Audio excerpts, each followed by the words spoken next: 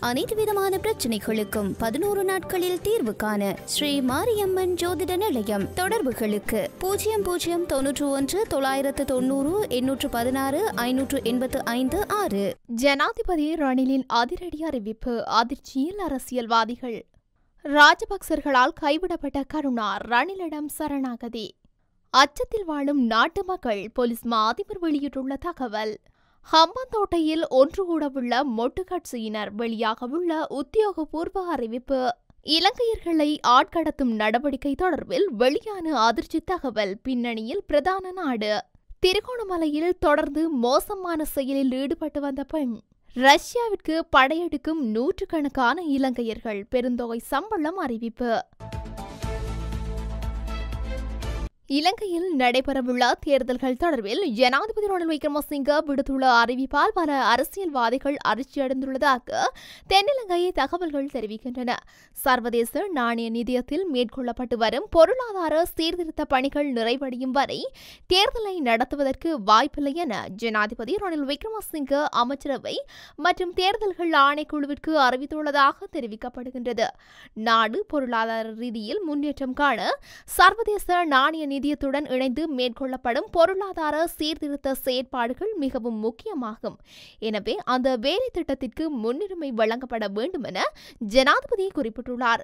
ஜனாதிபதி ரணில் விக்ரமசிங்க அமைச்சரவை மற்றும் தேர்தல்கள் ஆணைக்குழு அதிகாரிகளை தனித்தனியாக சந்தித்த போதே இதனை குறிப்பிட்டுள்ளார். சர்வதேச நாணய நிதியத்தின் வேலை திட்டம் ஜூலை இறுதி வரை அமலில் உள்ளதாக, அதற்கு முன்னர் தேர்தல் நடத்தப்பட மாட்டாது எனவும் ஜனாதிபதி தெரிவித்துள்ளார். அரசியலமைப்பு ரீதியாக ஜனாதிபதி தேர்தலை நடத்துவதற்கான நேரம் நிதியளிப்பு செயற்பாட்டின் பின்னரே வருகின்றது. எனவே ஜனாதிபதி தேர்தலை நடத்துவது சர்வதேச நாணய நிதியத்தின் வேலை திட்டத்திற்கு இடையூறு ஏற்படுத்தாது. அதற்கேற்ப தேர்தல் வரைபடத்தை அரசாங்கம் திட்டமிட்டுள்ளதாகவும் தெரிவித்தார். எனவே முதலில் ஜனாதிபதி தேர்தலுக்கு தயாராகுமாறு அமைச்சரவை மற்றும் தேர்தல்கள் ஆணைக்குழு அதிகாரிகளுக்கு ஜனாதிபதி ரணில் விக்ரமசிங்க அறிவித்துள்ளதாக அரசாங்க தகவல்கள் தெரிவிக்கின்றன. ஜனாதிபதி தேர்தலுக்கு முன்னர் பொது தேர்தல் நடத்தப்படாது என்பதை இது தெளிவாக காட்டுவதாக அரசாங்கத்தின் சிரேஷ்ட பேச்சாளர் ஒருவர் தெரிவித்துள்ளார். முதலில் பொது தேர்தலை நடத்துமாறு அனைத்து கட்சிகளுக்கும் ஜனாதிபதியிடம் கோரி வருகின்றனர். எனினும் அது குறித்து ரணில் இணக்கம் தெரிவிக்கவில்லை. இந்த நிலையில் பொது தேர்தல் தற்போது இல்லை என்ற ஜனாதிபதியின் அறிவிப்பு அரசியல்வாதிகளுக்கு பெரும் ஏமாற்றத்தை ஏற்படுத்தியுள்ளது. எதிர்வரும் ஜனாதிபதி தேர்தலில் ரணில் விக்ரமசிங்கவுக்கு ஆதரவு அளிக்கப் போவதாக முன்னாள் பிரதி அமைச்சர் விநாயகமூர்த்தி முரளிதரன் தெரிவித்துள்ளார். மட்டக்களப்பில் நேற்றைய தினம் இடம்பெற்ற செய்தியாளர் சந்திப்பின் போதே அவர் மேற்கொண்டவாறு குறிப்பிட்டார். இதேவேளை அம்மான் படையணி என்ற புதிய படையணி ஒன்றை தான் உருவாக்கியுள்ளதாகவும் அவர் சுட்டிக்காட்டினார். கடந்த காலங்களில் அரசியல் தீவிரமாக இயங்கிய கருணா கடந்த நாடாளுமன்ற தேர்தலில் தோல்வியடைந்ததுடன் செயற்பாட்டு ரீதியாக தீவிர அரசியலில் ஈடுபட்டார். மேலும் ராஜபக்சர்களின் தீவிர ஆதரவாளராகவும் கருணா செயற்பட்டு வந்த நிலையில் தற்போது அவர்களால் கைவிடப்பட்ட ஒருவராக அடையாளப்படுத்தப்பட்டிருக்கின்றார். இந்த நிலையிலேயே தற்போது இலங்கையில் 2 பிரதான தேர்தல்கள் நடத்தப்பட உள்ள நிலையில் தற்போதைய ஜனாதிபதி ரணிலுக்கு தான் ஆதரவு தெரிவிக்கப் போவதாக கருணா அறிவித்துள்ளமை குறிப்பிடத்தக்கது. நாட்டு மக்கள் பாதாள குழு செயற்பாடுகள் போதைப்பொருள் விற்பனை தொடர்பில் பெரிதும் அச்சமடைந்துள்ளனர் என்று போலீஸ் மா அதிபர் தேசபந்து தென்னகோன் தெரிவித்துள்ளார்.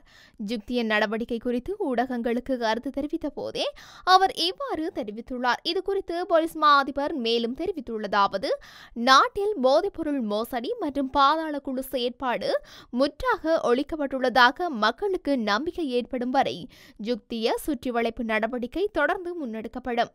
நாட்டு மக்கள் பாதாள குழு செயற்பாடுகள் போதைப்பொருள் விற்பனை தொடர்பில் பெரிதும் அச்சமடைந்துள்ளனர். இதனால் ஒவ்வொரு நாளும் நாடளாவிய ரீதியில் முன்னெடுக்கப்படுகின்ற சுற்றி வளைப்பு நடவடிக்கைகள் தொடர்பில் அதிக கவனம் செலுத்தப்பட்டுள்ளது. எதிர்வரும் 1 மாத காலத்திற்குள் நல்லதொரு மாற்றத்தை ஏற்படுத்த முடியும் என்ற நம்பிக்கை உள்ளது. இதேவேளை 11 கோடி ரூபாவுக்கும் அதிக பெறுமதியுடைய தடை செய்யப்பட்ட வாகனங்கள் உள்ளிட்ட சொத்துக்கள் பறிமுதல் செய்யப்பட உள்ளதாக பொது பாதுகாப்பு அமைச்சு தெரிவித்துள்ளது. சட்டவிரோத பொது சொத்துக்கள் தொடர்பான விசாரணை பிரிவினால் இவை கைப்பற்றப்பட்டுள்ளன என தெரிவித்துள்ளார். ஸ்ரீலங்கா பொதுஜன பெரமுனவின் ஹம்பாந்தோட்டை மாவட்ட மகா சம்மேளனம் இன்று இடம்பெறவுள்ளது. போராட்டத்தை ஆரம்பிப்போம், ஹம்பாந்தோட்டையில் மாபெரும் மக்கள் பேரணி என்ற தொனிப்பொருளில் தங்காலை நகரில் இன்று சனிக்கிழமை பிற்பகல் 2 மணிக்கு இடம்பெறவுள்ளது. இதன்போது கடந்த புதன்கிழமை இடம்பெற்ற பொதுஜன பெரமுனவின் நிறைவேற்று சபை கூட்டத்தில் எடுக்கப்பட்ட தீர்மானங்கள் உத்தியோகபூர்வமாக அறிவிக்கப்படவுள்ளன. முன்னாள் ஜனாதிபதி மஹிந்த ராஜபக்ச தலைமையில் இடம்பெறவுள்ள இந்த சம்மேளனத்தில் பொதுஜன பெரமுனவின் சிரேஷ்ட உறுப்பினர்கள், நாடாளுமன்ற உறுப்பினர்கள் உள்ளிட்டோர் கலந்து கொள்ளவுள்ளனர். பொதுஜன பெரமுனவின் தலைவர் மஹிந்த ராஜபக்ச பொதுஜன பெரமுனவின் மாவட்ட மகா சம்மேளன கூட்டத்தில் விசேட உரையாற்றவுள்ளார். மேலும் மொட்டு கட்சியின் தேசிய அமைப்பாளராக தெரிவு செய்யப்பட்ட நாடாளுமன்ற உறுப்பினர் நாமல் ராஜபக்சவிற்கு நாடளாவிய ரீதியில் அரசியல் கூட்டங்களை நடத்தும் பொறுப்பு வழங்கப்பட்டுள்ளது. இதற்கமைய பொதுஜன பெரமுனவின் முதலாவது மாவட்ட மகா சம்மேளனம் தங்காலை நகரில் இடம்பெறவுள்ளது. மேதின கூட்டத்தை பொருளை கம்பல் மைதானத்தில் நடத்துவதற்கு தீர்மானிக்கப்பட்டுள்ளது. உக்ரைன் ரஷ்யா போர் முனைகளுக்கு இலங்கை ராணுவத்தில் பணிபுரியும் அதிகாரிகளை அனுப்பும் ஆட்கடத்தலின் பின்னணியில் மேற்கத்திய நாடு ஒன்றின் தூதரக அதிகாரிகளும் இருப்பதாக விசாரணைகளில் தகவல் கிடைத்துள்ளது.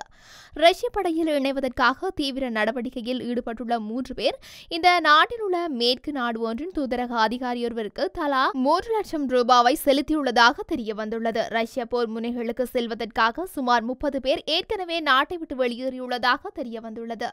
இந்த பணியாளர்கள் இந்தியா மற்றும் துபாய்க்கு அழைத்து செல்லப்பட்டு சுற்றுலா விசாவில் ரஷ்ய போர் முனைக்கு அழைத்து செல்லப்படுவது தெரியவந்துள்ளது. இதன் மூலம் இந்த நாட்டிலிருந்து சுற்றுலா விசா மூலம் ஏராளமான ராணுவ வீரர்கள் உக்ரைன் போர் முனைக்கு அழைத்து செல்லப்பட்டுள்ளதாக தெரியவந்துள்ளது.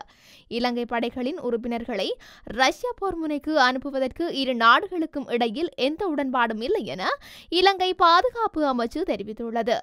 அதிகாரிகள் மற்றும் துருப்புகள் சட்டவிரோத ஆட்கடத்தல் நடவடிக்கையில் சிக்க வேண்டாம் என அறிவுறுத்துமாறு முப்படைகளின் தளபதிகளுக்கு பாதுகாப்பு அமைச்சு அவசர அறிவிப்பு ஒன்றை விடுத்துள்ளது. திருகோணமலையில் பெண்ணொருவர் போலீசாரால் இன்றைய தினம் கைது செய்யப்பட்டிருப்பதாக தெரிவிக்கப்பட்டுள்ளது. இது தொடர்பில் மேலும் தெரிய வருவதாவது, மொரவெவ போலீஸ் பிரிவிற்குட்பட்ட பகுதியில் கஞ்சா விற்பனையில் ஈடுபட்டு வந்த பெண்ணே இவ்வாறு போலீசாரால் கைது செய்யப்பட்டுள்ளார். போதைப்பொருள் விற்பனை தொடர்பாக புலன் விசாரணைகளை முன்னெடுத்த புலனாய்வு துறையினர் மொரவெவ போலீசாருக்கு வழங்கிய தகவலுக்கு அமைவாகவே சோதனைகளை மேற்கொண்ட போது குறித்த பெண் கைது செய்யப்பட்டதாகவும் தெரிய வருகின்றது. கைது செய்யப்பட்டவர் அதே பகுதியைச் சேர்ந்த 38 வயதுடைய பெண் எனவும் போலீசார் தெரிவித்தனர். குறித்த பெண் பல வருடங்களாக கஞ்சா போதைப் பொருள் விற்பனையில் ஈடுபட்டு வந்த நிலையில் பல தடவைகள் சோதனைக்கு உட்படுத்தப்பட்டிருந்த நிலையில் கஞ்சா போதைப் பொருட்களை பல தடவைகள் மறைத்து வைத்திருந்த நிலையில் பெண் போலீசாரின் உதவியுடன் கைது செய்யப்பட்டு திருகோணமலை நீதிமன்றத்தில் வழக்குகள் இடம்பெற்று வருவதாகவும் தெரிய வருகின்றது. இதேவேளை தொடர்ந்து குறித்த பெண் கஞ்சா போதைப் பொருள் விற்பனையில் ஈடுபட்டு வருவதாக போலீஸ் மா அதிபர் திணைக்களத்திற்கு பல கடிதங்கள் அனுப்பி வைத்துள்ளதாகவும் பிரதேச மக்கள் குறிப்பிட்டனர். அதேவேளை மொரவெவ போலீஸ் பொறுப்பதிகாரி நாகத்னா அவர்களின் அறிவுறுத்தலின் பேரில் போதைப் பொருள் தடுப்பு பிரிவின் பொறுப்பதிகாரி சந்திரஸ்ரீ உட்பட அவரின் குழுவினர் மேற்கொண்ட சோதனையின் போது கேரளா கஞ்சா கைப்பற்றப்பட்டதாகவும் தெரிய வருகின்றது. கைது செய்யப்பட்ட சந்தேக நபரான பெண்ணை விசாரணை செய்து வருவதாகவும் விசாரணையின் பின்னர் திருகோணமலை நீதிமன்றத்தில் ஆஜர்படுத்த நடவடிக்கை எடுத்துள்ளதாகவும் மொரவெவ போலீசார் தெரிவித்துள்ளனர். நாட்டில் நிலவும் கடினமான பொருளாதார நிலைமை காரணமாக ரஷ்ய குடியுரிமை பெறும் நம்பிக்கையில் நூற்றுக்கணக்கான இலங்கையர்கள் ரஷ்ய ராணுவத்தில் இணைந்துள்ளதாக வெளிநாட்டு ஊடகம் தகவல் வெளியிட்டுள்ளது. ரஷ்ய ராணுவத்தில் இணைந்த இலங்கையர் ஒருவர் மாதம் $3000 பெறுவதாக இலங்கையர்கள் தெரிவித்ததாக அந்த செய்தியில் குறிப்பிடப்பட்டுள்ளது. இலங்கை ராணுவத்தில் இருந்து ஓய்வு பெற்ற பல ராணுவத்தினர் தற்போது ரஷ்ய ராணுவத்தில் இணைவதற்கு முயற்சிப்பதாகவும் அவர்கள் தங்கள் குடும்பங்களின் பொருளாதார பிரச்சனையை தீர்க்க உக்ரைன் ராணுவத்தின் தாக்குதலில் உயிரிழக்க தயாராக இருப்பதாகவும் தகவல் வெளியாகியுள்ளது. இதேவேளை இலங்கை ராணுவத்தில் இருந்து ஓய்வு பெற்ற 27 வயதான நெபுன சில்வா இந்த மாத தொடக்கத்தில் உக்ரைன் படைகளில் தாக்குதலில் கொல்லப்பட்டதாக அவருடன் ரஷ்ய ராணுவத்தில் பணியாற்றிய 36 வயதான சேனக பண்டார உறுதிப்படுத்தியுள்ளார். டென்ஸ்கா நகரில் உள்ள பதுங்கு குழியில் பணிபுரிந்து கொண்டிருந்த போது உக்ரைன் ராணுவத்தின் ஆளில்லா விமான தாக்குதலில் அவர் உயிரிழந்ததாக சேனக பண்டார தெரிவித்துள்ளார். இந்த தாக்குதலினால் நிபுணாவின் மார்பு, கை, கால்களில் காயம் ஏற்பட்டுள்ளதாகவும் அவருக்கு அதிகளவு ரத்தம் வெளியேறியதாகவும் சேனக பண்டார குறிப்பிட்டுள்ளார். அனைத்து விதமான பிரச்சனைகளுக்கும் 11 நாட்களில் தீர்வு காண ஸ்ரீ மாரியம்மன் ஜோதிட நிலையம். தொடர்புகளுக்கு 0091 990 816 585 6.